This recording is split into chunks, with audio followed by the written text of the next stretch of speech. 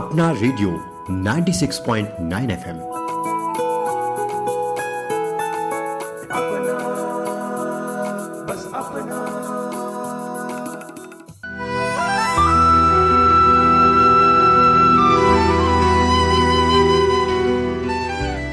योग भगाए रोग, हाँ जी योग भगाए रोग, बिना दवा करे निरोग, बिना दवा करे निरोग, नहीं भूलना ये प्रयोग। जिसने योग को अपनाया है निरोगी तन पाया है। सुबह शाम करना है योग, सुबह शाम करना है योग, फिर देखो कैसे भागेगा रोग। योग भगाए रोग, जी हाँ योग भगाए रोग। योग संगम सुनिए अपना रेडियो 96.9 एफएम की खास प्रस्तुति।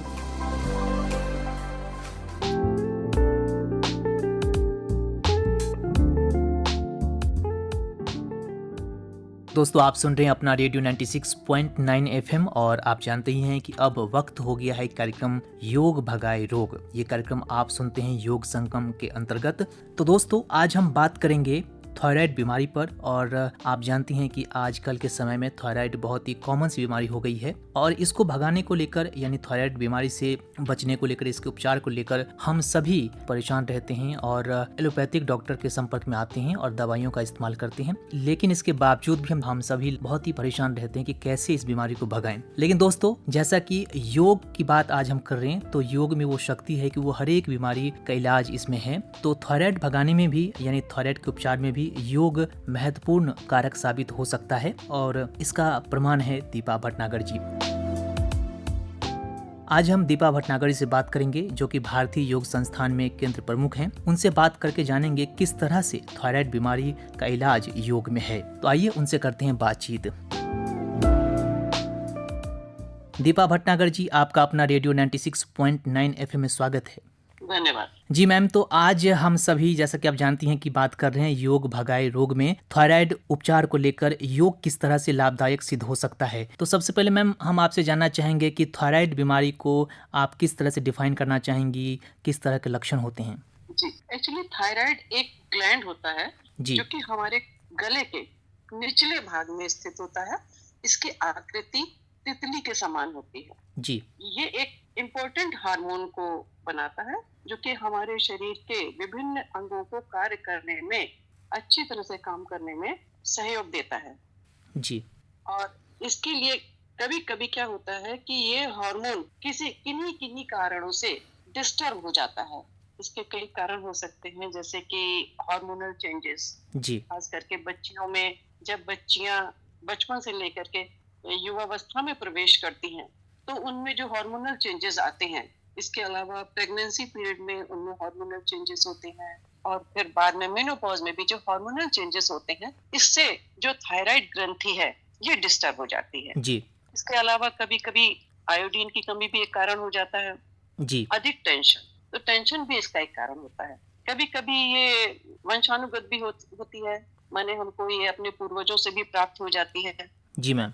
तो उससे क्या होता है कि हमारे पूरे शरीर में कई तरह के चेंजेस आने लगते हैं।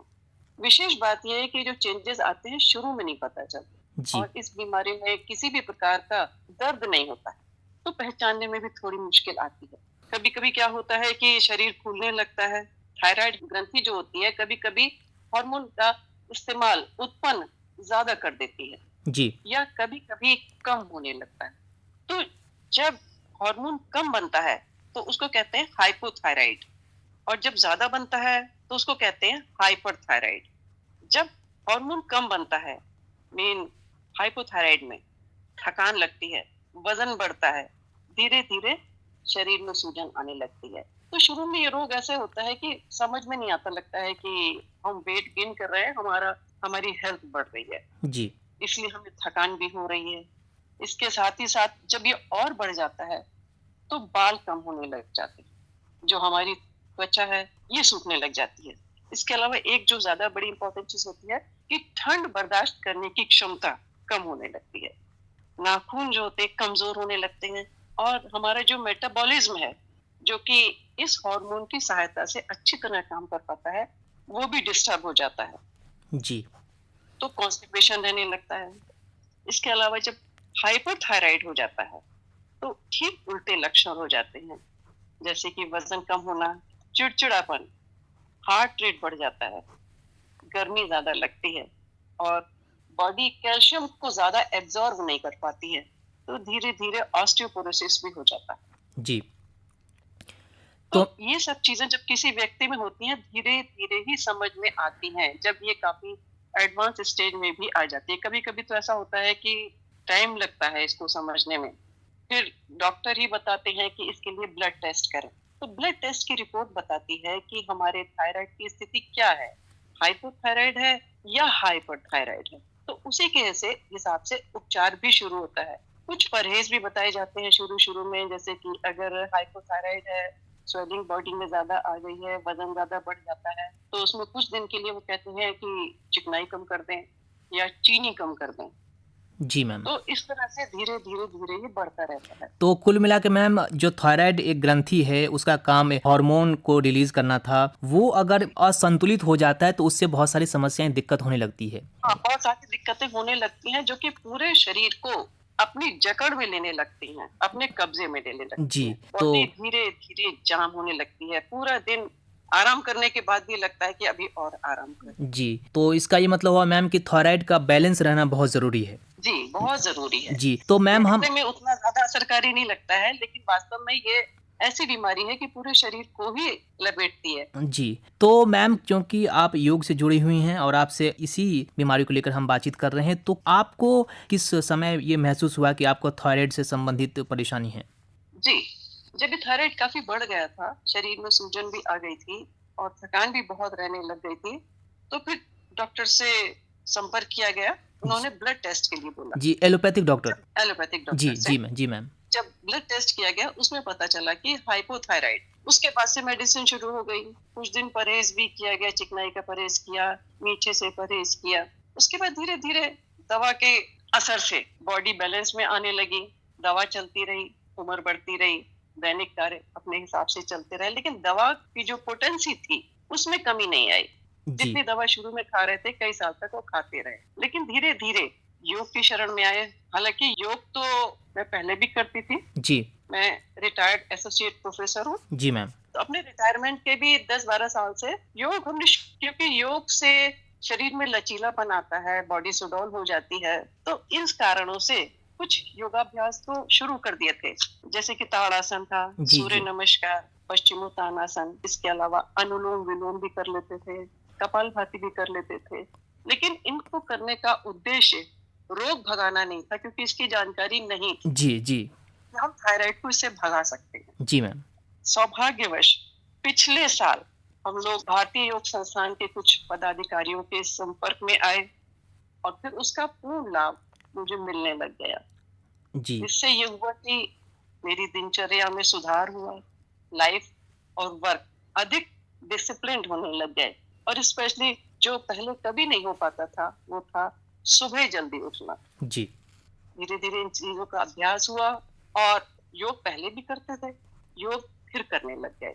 लेकिन पहले कुछ आसन करते थे और उनका उद्देश्य था शरीर में लचीलापन लाना और शरीर को बैलेंस में रखना। जी, और अब आप बीमारी को केंद्र में रख के योग करती होंगी। अब इस बीमारी को केंद्र में रख करके भी करते जी हैं जी और वैसे भी करते हैं, क्योंकि थायराइड के अलावा योग बहुत सारी बीमारियों को दूर रखता है। बिल्कुल मैम, बिल्कुल। और यही वजह है मैम कि आज पूरी दुनिया में योग को जो है मान्यता प्राप्त है। सभी देश योग को लेकर काफी उत्साहित है और हम सभी मनाते हैं 21 जून को विश्व योग दिवस। तो कहीं न कहीं योग की जो प्रासंगिकता है आज के ज़माने में भी वो बनी हुई है मैम। जी जी जी, तो मैम हम आपसे ये जानना चाहेंगे कि जब आपको ये एहसास हुआ कि जो योग या जिस तरह के आसन आप कर रही हैं तो उसका कहीं न कहीं लाभ शरीर को मिल ही रहा है, उसके अलावा ये जो आसन है, ये जो योग है वो थायराइड में भी सहायक सिद्ध हो सकता है, तो उसके बाद आपको कैसा महसूस हुआ कि जो धन या जो कह लीजिए कि एक कुंजी थी स्वास्थ्य की आपके पास है, लेकिन जानकारी नहीं होने की वजह से अंग्रेजी दवाई की तरफ आप जा रही थी, तो वो जो पल रहा होगा वो कैसा रहा होगा?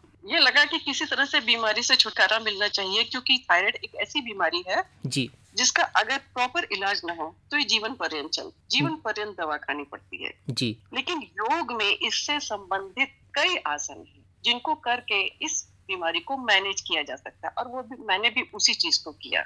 जैसे कि कई आसन है, मत्स्य आसन, जी भुजंग आसन, हल आसन, धनुरासन, सेतु बंद आसन, सिंह गर्जनासन, सर्वांग आसन, उष्ट्रासन, विपरीत करणी, मरकट आसन और शवासन।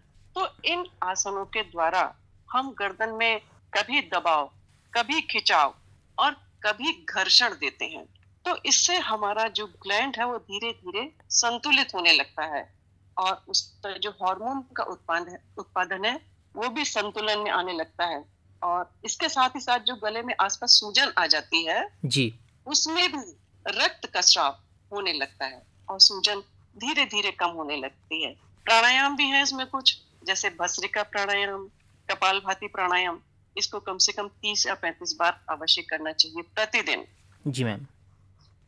उज्जाई प्राणायाम भी होता है, 5 से 10 बार करना चाहिए। अनुलोम विलोम प्राणायाम कम से कम 15 मिनट प्रतिदिन अवश्य करना चाहिए। इसके अलावा है जलंधर बंद। इसमें गले की मांसपेशियों को तनाव दिया जाता है और गले पर दबाव बनाया जाता है। तो इस तरह की चीजों से हमारी जो ग्रंथि है धीरे धीरे सक्रिय होने लगती है, और सक्रिय तो हो जाती है, अति सक्रियता से भी बचते हैं और कम सक्रियता से भी बच जाते हैं, उसमें संतुलन आ जाता है। जी इसके अलावा जो प्राणायाम होते हैं हमारे मन और शरीर दोनों को शांत करते हैं। शांत करने से क्या होता है कि हमारा शरीर और हमारा मन स्ट्रेस फ्री हो जाता है। जी तो जब हमारा मन शांत होता है, स्ट्रेस फ्री हो जाता है, तो जो हमारे शरीर के हार्मोन होते हैं वो धीरे धीरे अपने आप बैलेंस में आने लगते हैं। ठीक यही चीज थायराइड के साथ भी होती है। एक चीज और बताना चाहते हैं जी, कि बिल्कुल। योग और प्राणायाम तो बहुत लाभकारी होते ही हैं। जी इसके अलावा जो हमारा खान पान है उसमें भी कुछ चेंजेस जरूरी होते हैं। जी जैसे कि अलसी के बीज जरूर खाने चाहिए और बादाम है। और इसके अलावा जो आयोडीन से भरी हुई सब्जियां होती हैं, जैसे कि गाजर, चुकंदर, पालक, बीन्स, तरोई, लहसुन या डेयरी प्रोडक्ट्स, आलू, ये सब जरूर खाने चाहिए। आलू में जैसे कि हरी मूंग की दाल या अरहर की दाल खानी चाहिए। फ्रूट्स में होते हैं केले, अनानास, संतरे, कीवी, स्ट्रॉबेरी, इनको ज्यादा लेना चाहिए। चाय कॉफी कम लेनी चाहिए। गोभी, ब्रोकली या खट्टे फल, इनका सेवन कम करना चाहिए। तो इन चीजों को मैंने किया और अब मेरा थायराइड काफी कंट्रोल में है। जी, तो मैम ये अपने आप में एक उपलब्धि है कि योग के ज़रिए आपने जो है थायराइड से संबंधित बीमारियों को कंट्रोल कर लिया है और एक संतुलित जीवन जी रही हैं। आज के दिन हमारे युवा साथियों से या उन लोगों से जो लोग थायराइड की परेशानी से जूझ रहे हैं, परेशान हैं, उन लोगों को आप क्या कहना चाहेंगी, क्या संदेश देना चाहेंगी? जी, संदेश मैं ये देना चाहती हूँ अपनी युवा पीढ़ी, बच्चों और सीनियर्स को जी कि योग को अपनाएं, जल्दी ही अपनाएं। योग तो देखिए हमारा प्राचीन कला है। जी बिल्कुल मैम। हमारे पहले योगी भगवान शिव कहलाए थे। जी शिव योगी तुम्हारे गुण गावें, दुर्गा चालीसा में एक लाइन है, जी मैम। सभी ने शिव योगी पढ़ी होगी। बिल्कुल। महर्षि पतंजलि ने तो इसके ऊपर अष्टांग योग के बारे में बताया है। तो हमारे पूर्वजों ने इसकी ताकत को और इसके महत्व को जान लिया था। वास्तव में जो योग है ये सरल और एक बड़ा ही सशक्त माध्यम है रोगों को भगाने के लिए, क्योंकि इसके द्वारा हमारे शरीर में शक्ति का संग्रहण होना शुरू हो जाता है, और जब शक्ति का संग्रहण होने लगता है तो रोगों से बचाव की ताकत भी उसमें आ जाती है। तो इसके लिए किसी चीज का इंतजार नहीं करना चाहिए कि रोग हमें नहीं है तो हमें योग की जरूरत नहीं है, या हमारा शरीर सुडौल है इसलिए योग की आवश्यकता नहीं है। योग की आवश्यकता तो सभी है, सभी को होती है, जी क्योंकि रोग शरीर है तो रोग भी है। तो रोगों को हम जितना अपने से दूर रख सकें उतना हमारे लिए लाभकारी है। ईश्वर ने जितनी भी आयु दी है उसको तो हमें जीना है, तो हमारे लिए ये जरूरी है कि हम उसे अपने अच्छे स्वास्थ्य, जो कि हमारा तन का स्वास्थ्य भी हो और हमारे मन का भी स्वास्थ्य हो, जी उसी मैम। प्रकार जी। तो योग को अपनाने के लिए कोई न समय देखे न किसी चीज का इंतजार करें। और अब तो क्योंकि सारे विश्व ने भी अपना लिया है, हमारे आयुष मंत्रालय ने भी एक पृथ्वी एक स्वस्थ का नारा संदेश दिया है। इसको अवश्य अपनाएं, जल्दी जल्दी अपनाएं। और योग के लिए आवश्यक है कि खुले हवादार स्थान पर करें। अगर बाहर पार्क में नहीं जा सकते या खुली जगह पे नहीं जा सकते हैं तो अपने घर के ही किसी खुले स्थान पर योग करें, लेकिन करें अवश्य। जी। सबसे अच्छा योगिक क्रियाएं प्रातः काल में होती हैं। अगर प्रातः काल में समय नहीं है तो शाम को भी किया जा सकता है। बस ये है कि भोजन किए हुए 3-3.5 घंटा हो जाना चाहिए। यद्यपि सुबह का जो योग होता है वो उसका फायदा ज्यादा मिलता है, लेकिन शाम को किया हुआ योग भी शरीर के लिए बहुत ही लाभप्रद। जी। योग अवश्य अपनाएं, सभी अपनाएं, बच्चे, युवा, प्रौढ़ और सीनियर, सबके लिए आवश्यक।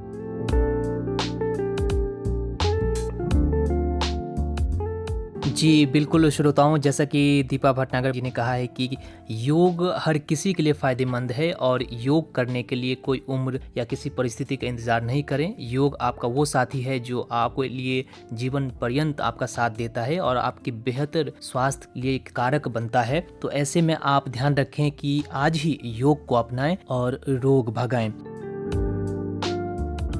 दोस्तों, हम सबको ये ध्यान रखना चाहिए कि योग हमारी एक प्राचीन संस्कृति रही है और हमारे संस्कारों में, हमारी संस्कृति में रची बसी है। लेकिन कहीं ना कहीं, चाहे वो मॉडर्नाइजेशन के चक्कर में या फिर कह लीजिए उपभोक्तावादी संस्कृति की वजह से, हम सब कहीं ना कहीं योग से दूर हटे और उसकी जो परिणाम है वो भी हमने भुगता है। लेकिन इस दौर में हम देखते हैं कि योग के प्रति एक अलग ही अलग जगह है और ये जो ज्योति है, रोशनी है बेहतर स्वास्थ्य की, निरोगी काया की, ये हमने पूरी दुनिया में पहुंचाई है। तो अब हम सबकी जिम्मेदारी है कि हम सब भी पूरी तरह से मुस्तैद होकर योग में अपने आप को बनाएं और योग के साथ आगे बढ़ें। इसी में हम स्वस्थ रहेंगे, हमारा परिवार स्वस्थ रहेगा और निस्संदेह देश और पूरा विश्व स्वस्थ रहेगा, तो मानव कल्याण भी संभव हो सकेगा। तो दीपा भटनागर जी, आपने हमें अपना रेडियो 96.9 FM के लिए वक्त निकाला और योग भगाए रोग पर आपने इतनी महत्वपूर्ण जानकारी दी। थायराइड से संबंधित बीमारियों को लेकर आपने चर्चा की, इसके लिए मैम बहुत बहुत धन्यवाद। आपका भी धन्यवाद।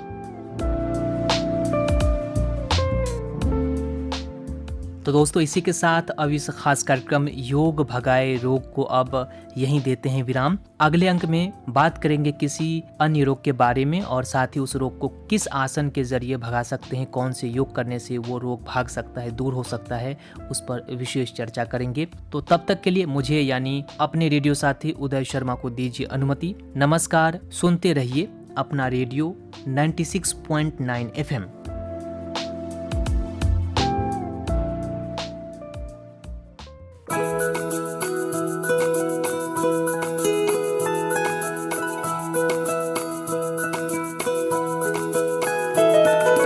मेरी ख्वाहिशें, मेरे अरमान, मेरा बस यही सपना, जिंदगी में हर कोई समझे हम सफर मुझे अपना, अपना, बस अपना।